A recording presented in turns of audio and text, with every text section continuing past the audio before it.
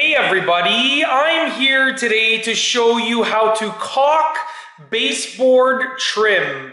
As you can see right here, I have some baseboard and I'm going to show you how to caulk it.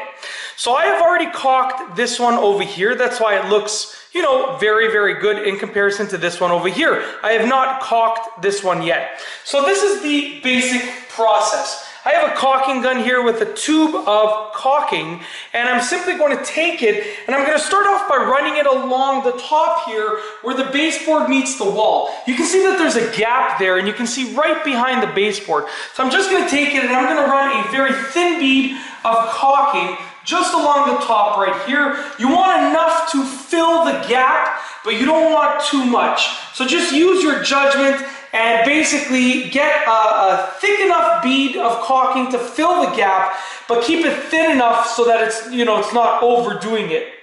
All right, so I'm going to stop right about here. I actually have the caulking now on the top of the baseboard.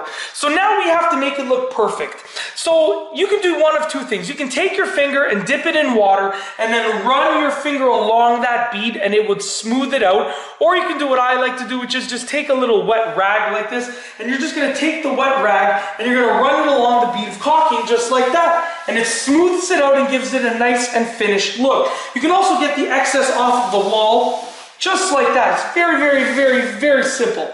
So now that I have actually filled that gap right there, I'm going to take the caulking gun and I'm going to fill the tiny gap between the quarter round and the baseboard. So there's a little gap right here. I'm going to fill that too. So once again, I'm just going to take this caulking gun. I'm just going to run a very thin bead of caulking along there, just like that. Very thin because the gap is much smaller.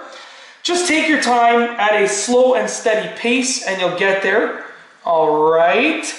I'm going to take my wet rag once again and I'm just going to run it along there just like that. You can do it more than once. You're not really going to remove the caulking from the gap. Just like that. As you can see, it now has a nice and finished look.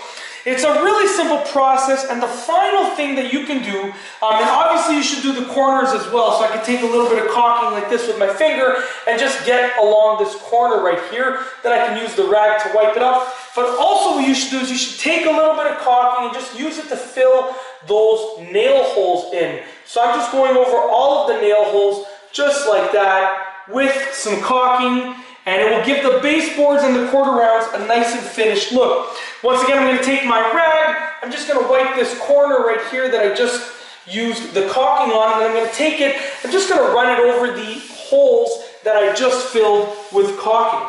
Just like that. Once again, you can run your rag multiple times. You're not really going to remove the caulking from the holes. You're just going to smooth it out.